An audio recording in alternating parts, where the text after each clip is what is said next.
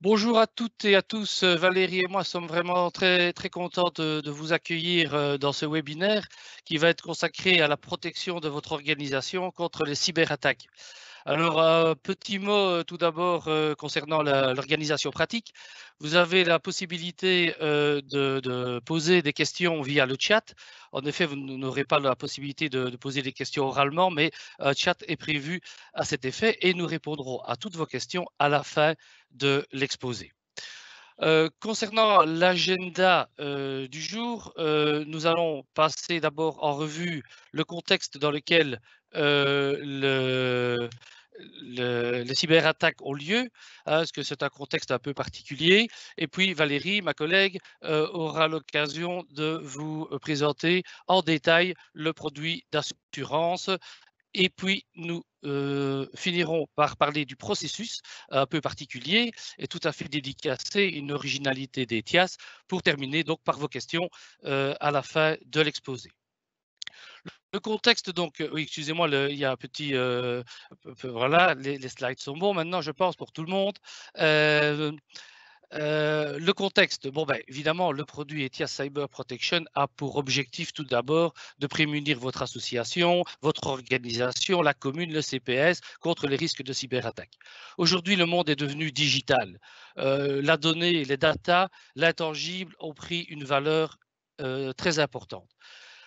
On pense que 80% de la valeur des entreprises, des organisations, des communes, des CPS est représentée par 80% représente la valeur de l'entreprise, ce sont les données.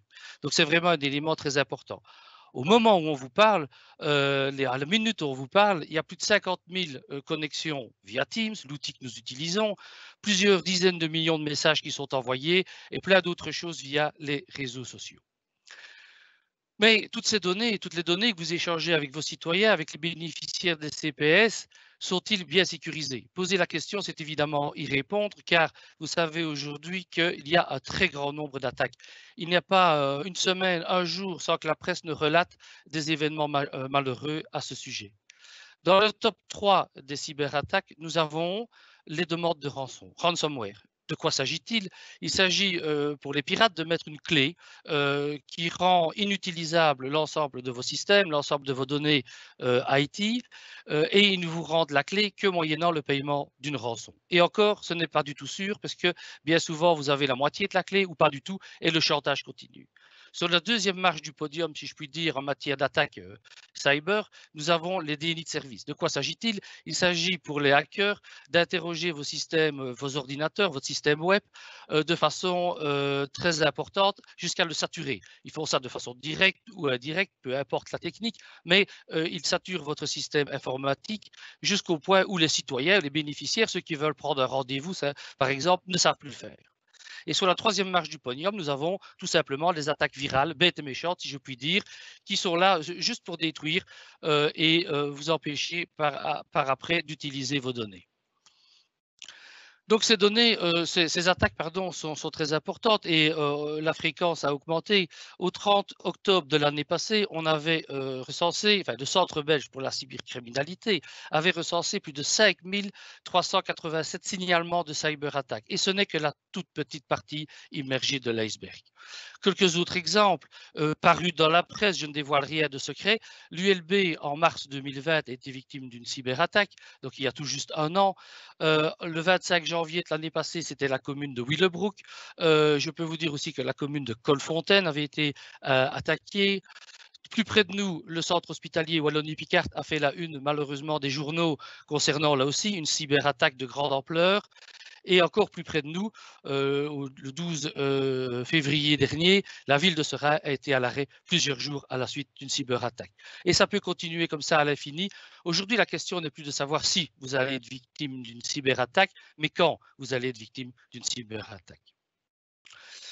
Ça, c'est évidemment le premier risque et c'est le plus important, c'est les cyberattaques. Mais à côté de ça, il y a un autre contexte qu'on peut considérer comme étant un risque et qui sont représentés par deux législations. La première, disons, la première, oui, disons, a peu de moindre importance par rapport à la deuxième législation. La première législation, c'est la sécurité des réseaux d'information, SRI. C'est une directive européenne qui a été prise en 2017, qui est adoptée dans la loi belge, bien entendu, et qui vise à améliorer les capacités de chaque système, et de chaque système reconnu comme étant important et dans lesquels il y a les collectivités publiques, mais aussi un renforcement de la coopération au niveau européen et un renforcement des obligations de gestion des risques et des notifications d'incidents. On est ici plutôt sur une maturité de gestion de l'information et des systèmes d'information, et donc des systèmes informatiques, mais pas que, une plus grande maturité à ce niveau-là.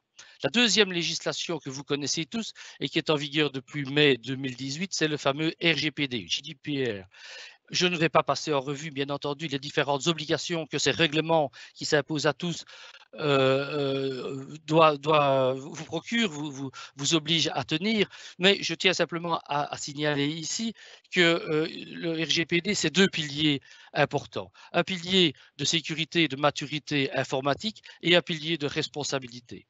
Et dans la responsabilité, pour responsabiliser les acteurs comme vous, ceux qui détiennent des données à caractère personnel, le RGPD a toute une panoplie de moyens, via l'autorité de protection des données APD. Mais ces deux piliers, sécurité, maturité, IT et responsabilité, qui sont donc la base du RGPD, de la protection des données, sont aussi la base de notre produit, de notre nouveau produit que Valérie va maintenant vous présenter. Bonjour à tous. Donc, effectivement, moi, je suis là pour vous parler de notre assurance, donc l'assurance ETIAS Cyber Protection. Et je commencerai par une question toute simple, mais qui parmi vous est actuellement assuré contre les risques cyber? Malheureusement, vous ne pouvez pas me répondre live, mais je serais quand même curieuse de savoir. Donc, si vous pouviez me faire un petit chat, les personnes qui sont actuellement assurées, comme ça, on a une petite idée de la proportion de personnes. Alors, pourquoi une assurance cyber? Bah, en préambule, parce que les assurances classiques que vous avez pour assurer les risques de votre collectivité ne couvrent pas les périls cyber. Ils couvrent pour partie, parfois une toute petite partie des risques. Donc c'est sur ce schéma-ci en fait. Hein. Donc il y a des assurances property qui prévoient des petites couvertures cyber, certaines assurances de responsabilité civile aussi. Mais globalement, il n'y a pas de couverture des risques spécifiques cyber. Et donc, les couvertures cyber sont en fait un mélange de couverture de type property, donc tout risque, et de couverture de responsabilité civile. Donc, ça se retrouve vraiment au milieu sur mon schéma des assurances que l'on peut retrouver sur le marché. Alors, quelle est la particularité de cette assurance? On couvre l'ensemble des conséquences dommageables d'un événement cyber. Et qu'est-ce qu'on entend par événement cyber? Là, la définition est relativement large. On entend une cyberattaque, un malware, donc y compris les ransomware dont Benoît vient de vous parler, mais aussi tout ce qui est déni de service, donc déni de services normaux et distribués, défaillance du système informatique et aussi utilisation non autorisée du système informatique, et ça va jusqu'à couvrir l'erreur humaine. Alors, une assurance ETIAS Cyber Protection, donc comme je viens de vous le dire, se compose de deux grands volets. Donc le premier volet, ce sont les dommages propres. Et ça représente la majorité des sinistres qui sont constatés dans le cadre de ce genre de couverture d'assurance. Et qu'est-ce qu'on couvre dans ce volet de dommages propres? On va couvrir les frais de reconstitution des données, donc le nouvel ordre des entreprises, les data. Et dans ces frais de reconstitution des données, on va couvrir les frais de personnel qui vont, dans certains cas, précéder des heures supplémentaires. Ça a été le cas pour pour un sinistre comme celui de Choipi. Hein. Les coûts de location des locaux temporaires ou du matériel informatique temporaire qu'on doit utiliser pour faire face à la défaillance du matériel actuel. Mais on va aussi couvrir les frais de recherche et d'identification de l'événement cyber, la remise en état du système informatique, bien sûr, et également le piratage, les conséquences du piratage de la téléphonie fixe. Alors, il y a également des couvertures spécifiques qui sont prévues dans cette couverture. On va couvrir la cyber extorsion, donc les ransomware. C'est important parce que, comme Benoît vous l'a dit, ça représente 80% des attaques. C'est l'attaque à laquelle la majorité des clients sont confrontés. On va aussi couvrir les dommages qui sont la conséquence du vol des données. Dans certains cas, il y a des dommages consécutifs au vol des données. Et puis, dernière couverture spécifique, les dommages matériels au matériel informatique. Dans certains cas, l'attaque virale est de telle importance qu'on est obligé de remplacer le matériel informatique. Donc ça, c'est une extension de couverture qu'on accorde également dans le cadre de cette assurance. Alors, quelles sont les exclusions principales de ce volet dommages propres? L'absence de backup, donc il faut qu'il y ait un minimum de maturité en sécurité IT pour que l'on couvre un sinistre en cyber. Les dommages qui résultent de défaillances électriques ou mécaniques de l'infrastructure, l'utilisation de logiciels sans licence, c'est logique, les frais de correction des anomalies et des défauts qui préexistent dans les systèmes informatiques. Donc, l'indemnisation ne peut pas avoir pour effet de générer un enrichissement sans cause. Les frais de modification ou d'amélioration des systèmes informatiques, dans certains cas, quand on répare le système informatique, on améliore ou on modifie, donc ça ne sera pas couvert. Et bien sûr, les dommages dont la cause est antérieure à la date de prise d'effet de la police d'assurance. Alors, deuxième grand volet, le volet responsabilité civile. Donc là, le but est de couvrir la responsabilité de l'ensemble des assurés du fait des dommages occasionnés aux tiers suite à l'événement cyber. Et donc, cet événement cyber peut résulter en une atteinte aux données du preneur d'assurance qui occasionne un dommage au tiers, ou bien alors lorsqu'il y a un problème lié à la sécurité du réseau du preneur d'assurance qui occasionne par la suite un dommage à un tiers. Alors, deuxième grand volet de couverture en responsabilité civile, c'est les conséquences dommageables du fait d'une violation du règlement général sur la protection des données. Comme Benoît vous l'a expliqué, cette législation est très contraignante pour les entreprises et pour les collectivités. Elle met toute une série d'obligations à charge des entreprises et collectivités. Et nous avons voulu, par le biais de cette assurance, vous offrir une couverture lorsque vous commettez une faute liée à l'obligation de notification d'une violation du RGPD. Nous prenons aussi en charge les frais de notification d'une violation. Dans certains cas, on va jusqu'à prendre en charge les sanctions pécuniaires administratives qui résultent d'une infraction au règlement général de la protection des données, mais sont également couverts tout l'aspect frais de défense, bien entendu, en cas d'une enquête de l'autorité de protection des données, et les frais de monitoring et de surveillance. Donc ça, si on fait appel à un expert pour monitorer et surveiller après une violation liée au règlement général de la protection des données.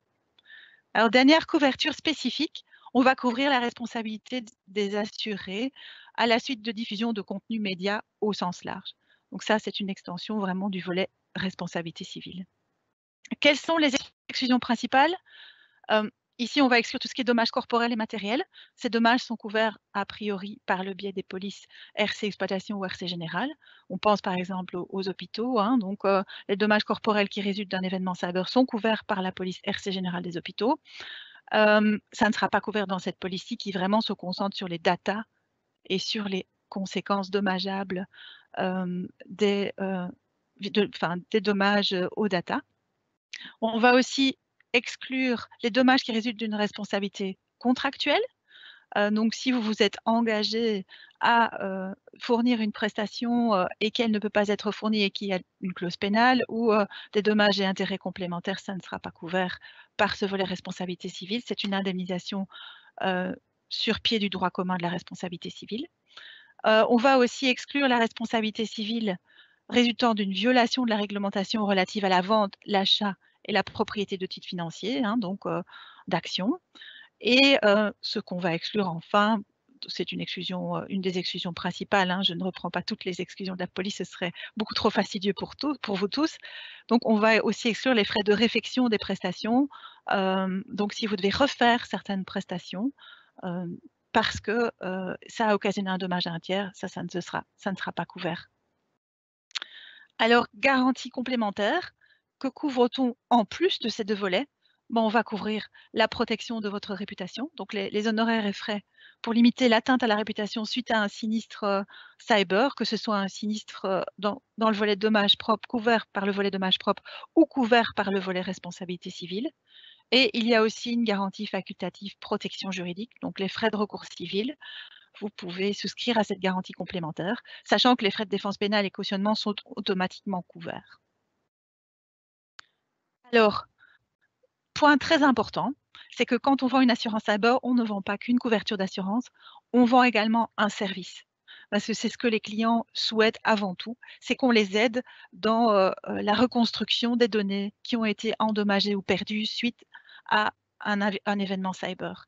Et nous avons conclu un partenariat avec un gestionnaire de sinistres qui a une réputation sur le marché, très importante sur le marché belge et qui est présent partout dans le monde, c'est Crawford. Et Crawford offre donc une assistance 24 heures sur 24, 7 jours sur 7, via un numéro d'urgence.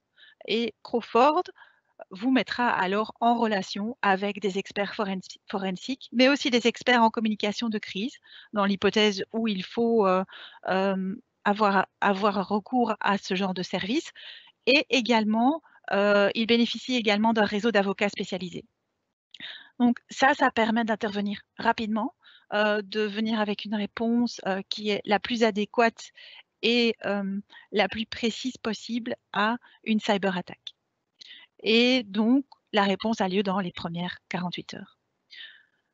Donc, voilà, j'ai repris quelques exemples d'intervention. Donc, on va analyser les logiciels malveillants, accompagner le client en cas de demande de rançon. Donc, comme je vous l'ai dit, ça, c'est vraiment les cas les plus fréquents de cyberattaque, mais également vous aider à reconstituer les données perdues ou détruites ou faire en sorte que vous puissiez à nouveau utiliser votre matériel informatique. Alors enfin, notre processus de souscription a été revu. On a voulu le simplifier et surtout profiter de notre stratégie groupe. Donc, ETIAS a la chance d'avoir une filiale informatique qui est quand même un des grands acteurs dans le monde informatique belge. Et on a mis sur pied un écosystème avec les filiales de NRB que sont Sivadis et Sevi pour la commercialisation de notre produit. Et comment fonctionne cet écosystème? Tout d'abord, je viens avec le schéma de souscription classique d'une assurance cyber. Donc, on vous soumet un questionnaire qu'il faut compléter. Mes collègues analysent les réponses à ce questionnaire et établissent un projet d'assurance si cette analyse est positive. Et puis, le client décide de souscrire l'assurance ou pas. Mais en cas de... si le client a souscrit, enfin plutôt a fait l'acquisition de formules de gestion de sa cybersécurité auprès de Sivadis et Sevi. Et notamment, Sevi propose 2 solutions relativement complètes qui sont le pack sécurité et la solution cloud. Donc, si le client a choisi une de ces 2 formules, il peut recevoir une offre d'ETIAS pour l'assurance Cyber Protection sans devoir nous renvoyer le document, donc le questionnaire d'analyse des risques complété. Donc ça, c'est vraiment une simplification du process pour tous les clients Sivadis et Sevi. Et il bénéficiera par ailleurs également d'une réduction de la prime de l'assurance Cyber Protection. Pour quelle raison? Parce qu'on estime que le risque est mieux géré, qu'il va être monitoré par Sivadis ou Sevi. Et donc, ça nous permet de proposer une petite réduction de prime. Donc, en conclusion, in a nutshell, notre nouveau produit vous propose donc des garanties améliorées. Nous avons également revu nos primes grâce à l'appui de réassureurs qui sont venus nous en support sur ce nouveau produit. Nous avons un nouveau gestionnaire de sinistres Crawford qui vous permet d'avoir un service 24 heures sur 24 dans les 4 langues. Donc ça, c'est important. Donc, les 3 langues nationales et l'anglais également. Notre questionnaire a été simplifié et pour ceux qui connaissaient notre process de souscription antérieur, nous avons supprimé l'exigence de l'audit préalable payant. Et on a mis sur place aussi un écosystème avec Sivadis et Sevi afin de vous faciliter la vie et surtout de venir avec une solution globale complète, c'est-à-dire une solution où ce n'est pas seulement le produit d'assurance, mais c'est également un service de cybersécurité, de monitoring et de suivi. Alors ça, c'est un petit schéma qui reprend notre nouveau process standard, donc, et le process avec la solution de sécurité proposée par Sivadis. Voilà, j'en ai terminé pour ma part. Maintenant, je pense que c'est le moment de passer aux questions.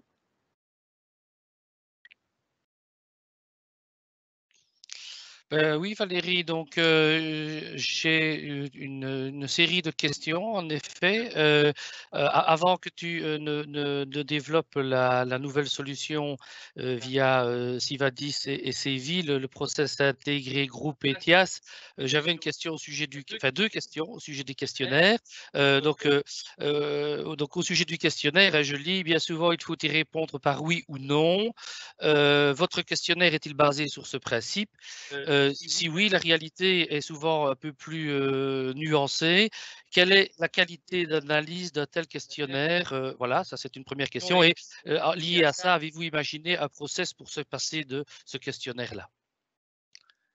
Oui, merci Benoît. Bah, en fait, le questionnaire, on a vraiment voulu le simplifier pour qu'il soit user-friendly. Donc, la plupart des questions appellent effectivement comme réponse oui ou non. Je pense que c'est relativement facile à remplir. Maintenant, il reste toujours quand même 2-3 questions où il faut être un peu plus précis, donc où la réponse n'est pas oui, non, mais c'est plutôt une donnée à nous communiquer. Donc a priori, il ne devrait plus y avoir de problème pour compléter ce questionnaire-là.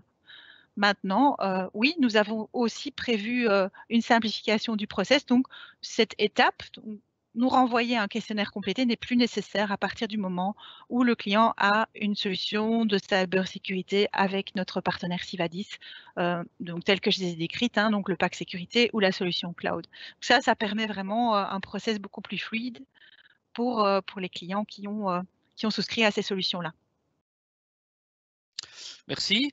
Autre question, elle consiste à demander pourquoi recourir à un spécialiste de la gestion sinistre externe? Bah, en fait, pourquoi Crawford? Parce que, Crawford nous permet d'avoir accès à, toute une série d'experts vraiment hyper spécialisés, en sinistre cyber. Donc ils travaillent avec des sociétés, dont, l'objet social est vraiment uniquement cela.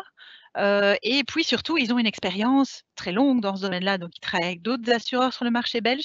Donc c'est pas une solution qu'ils ont développée pour nous, c'est une solution préexistante avec des acteurs qui sont reconnus sur le marché et qui sont, vraiment, estimés pour leurs compétences.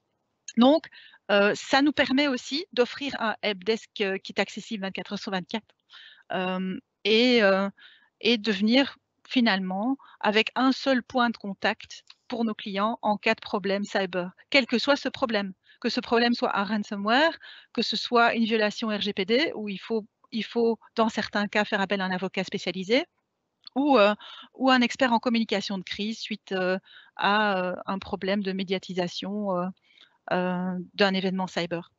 Donc voilà, ça nous permet d'avoir un seul point de contact et d'avoir accès à des experts spécialisés. Autre question, Valérie, on va peut-être pouvoir faire ça ensemble au niveau de la réponse. Quel est le coût moyen d'un sinistre cyber et quels capitaux pouvez-vous conseiller pour les couvrir? Et aussi, dans le même tonneau, comment chiffrer le préjudice aux citoyens? Par exemple, les bureaux sont fermés en raison de l'attaque.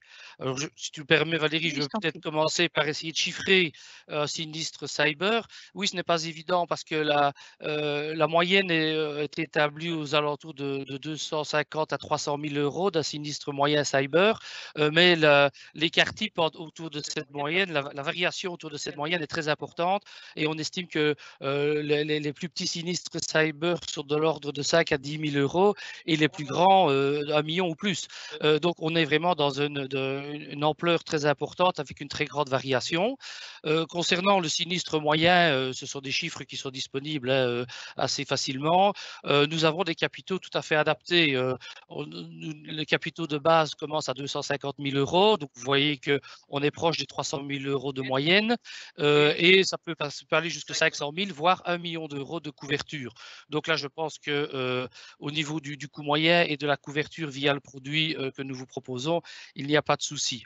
Après, pour chiffrer le préjudice aux citoyens, ça, ce n'est pas évident, mais ce sera évidemment un travail d'expertise, je pense qu'on peut dire ça. Le produit couvre des frais supplémentaires que la commune ou le CPS, auxquels la commune et la CPS doivent faire face.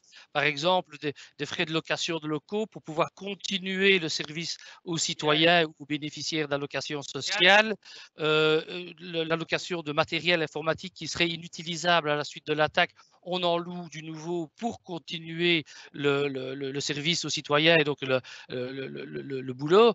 On peut aussi, évidemment, tous les frais d'expertise, de recherche de l'endroit où la cyberattaque s'est produite et du type de cyberattaque, parce que ça conditionne bien entendu la réparation. On met aussi les rustines, hein, notre expert va mettre les rustines sur le système.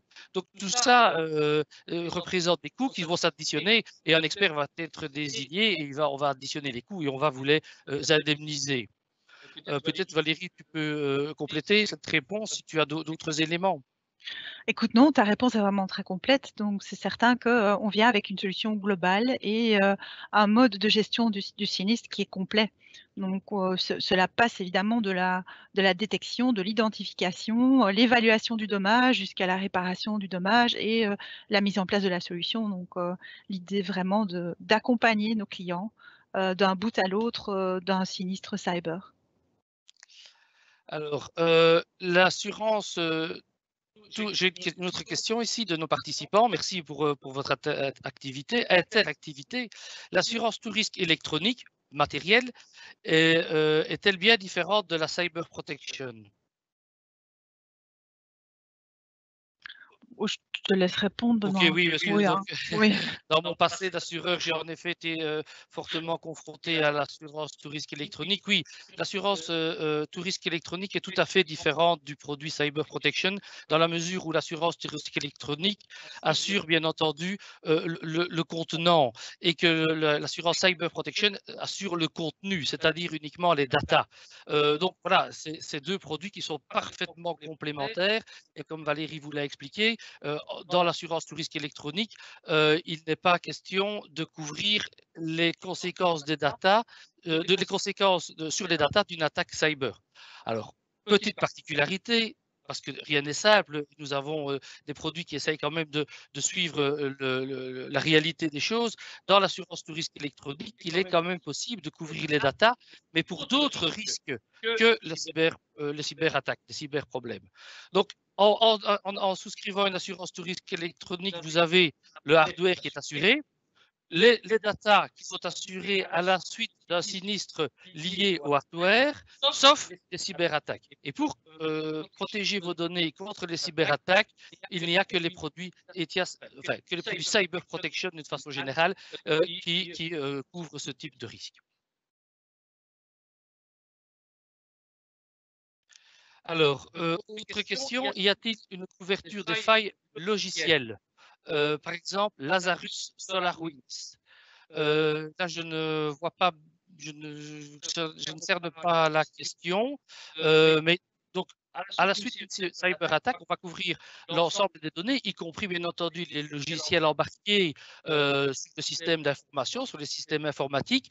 Et s'il est nécessaire de les réinstaller, alors on ne couvre pas les logiciels qui sont acquis en dehors de copie légale. Donc, on ne couvre que les logiciels avec copie légale, évidemment, et paiement du prix adéquat et normal. Hein, donc, un contrat.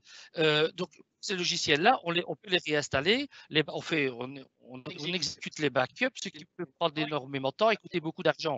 Dans les hôpitaux dont nous avons suivi les sinistres, et sans dévoiler de secrets, il faut quand même savoir que les backups ont mis plusieurs semaines hein, à être effectuées pour que les données soient à nouveau complètes. Donc, la couverture de failles dans les logiciels, la faille en tant que telle, on ne va pas la corriger, on ne va pas acheter un nouveau logiciel. Si la faille permet une cyberattaque, on va couvrir la cyberattaque et ses conséquences, y compris la restauration des backups, etc. Mais voilà, la faille en tant que telle, on ne la couvrira pas, on ne couvrira que les conséquences si une attaque malware a pu y pénétrer. Alors, je lis, hein, est-ce que tout qui est ETIAS est correctement formé à proposer ce type d'assurance? Alors, ce produit est réservé à notre clientèle en direct et donc, dans un premier temps, les courtiers qui travaillent avec Etias, nos partenaires, ne sont pas dans le scope du produit. Donc, c'est uniquement réservé à la vente en direct pour les collectivités publiques au sens large du terme, mais collectivités publiques via notre réseau d'inspecteurs. Alors, on peut chiffrer le coût pour le package sécurité qui est offert. Je réponds Valérie, oui, Vas-y. je peux répondre, je continue. Alors, pour chiffrer le coût du package sécurité, je ne peux que vous recommander de contacter Sivadis, par exemple, pour la région wallonne et Bruxelles, hein, nos amis néerlandophones, ce sera Sivi, mais donc en région wallonne et Bruxelles, c'est Sivadis. Le coût du package sécurité annuel est assez faible, hein, c'est quelques milliers d'euros, donc c'est allez, entre 2 500 et 4 000 € par an hors TVA. Mais pour avoir une estimation chiffrée précise, il faut que vous preniez contact avec Sivadis, avec qui nous travaillons, comme vous avez compris, évidemment de concert. Peut-être une autre question? Oui, il y a encore une autre question. Il y a de personnes qui suivent donc attentivement notre exposé, qui me posent la question suivante. Je n'ai pas compris en quoi le RGPD est une source de risque supplémentaire. Ne s'agit-il pas au contraire d'une sécurité renforcée pour les citoyens? Mais oui, c'est une sécurité pour le citoyen parce que ça signifie qu'on ne peut pas utiliser ces données personnelles sans son accord et qu'on ne peut pas les conserver non plus sans le prévenir de la durée de conservation et de la manière aussi de les gérer finalement, ces données personnelles. Mais ça reste quand même une source de responsabilité pour les entreprises et les collectivités parce que si ces données sont mise à disposition de tiers de manière involontaire, donc suite à un cyber événement. Donc s'il y a une cyber attaque qui en fait divulgue les données personnelles de personnes, ben, ça peut engendrer une responsabilité, ça peut engendrer une violation qui peut faire l'objet de sanctions. Parce qu'on n'a pas pris les mesures nécessaires ou parce qu'on n'a pas réagi suffisamment rapidement ou qu'on n'a pas suffisamment prévenu les personnes qui faisaient l'objet de cette divulgation. Donc, la réponse est oui et non. Donc oui, c'est une protection, mais ça reste aussi une obligation très lourde dans le chef des entreprises et collectivités de gérer tous les aspects liés aux données personnelles dont ils disposent et qu'ils utilisent dans le cadre de leur activité. Donc on contraint tous ces organismes-là finalement à s'interroger sur le traitement de ces données. Donc, et ça peut surtout avoir donc, comme je vous l'ai dit, pour conséquence des frais importants en cas de violation. Donc, aux États-Unis, ces frais sont vraiment très, très élevés, beaucoup plus élevés qu'en Europe parce que en Europe, ben, l'autorité de protection de données est encore jeune. Il n'y a pas énormément de décisions qui ont été rendues. Il y en a une récemment à propos de l'assureur DKV, mais entre-temps, cette décision a été cassée, mais ça signifie qu'il n'y a pas encore vraiment de jurisprudence, mais ça pourrait se développer, comme c'est le cas pour l'instant sur le marché américain, et finalement aboutir à des peines, enfin des pénalités administratives qui sont relativement lourdes. Je pense qu'il n'y a plus de questions. En effet, il n'y a plus de questions, Valérie, mais peut-être, enfin, s'il en restait encore une, pardon, mais ça concernait les présentations que nous avons faites. En réalité, vous allez avoir une documentation qui va vous être envoyée et elle est très complète. Sinon, vous pourrez bien entendu toujours allez visiter notre site web et plus particulièrement la page qui est dédicacée aux produits ETIAS Cyber Protection. Vous avez les coordonnées là. Et enfin, votre inspecteur, bien entendu, se tient à votre disposition pour vous donner toute précision et assurer un suivi auprès de nous, auprès des souscripteurs internes à ETIAS. Il nous reste maintenant à vous remercier de votre attention et de votre participation active à ce séminaire. C'était une première en ce qui nous concerne et donc nous sommes contents que ça vous ait plu et qu'il y ait eu pas mal d'activités et d'intérêt. Un tout grand merci en mon nom, en nom de Valérie et de tous les collègues grâce auxquels cette présentation a pu avoir lieu aujourd'hui. Merci beaucoup, bonne fin d'après-midi et à très bientôt.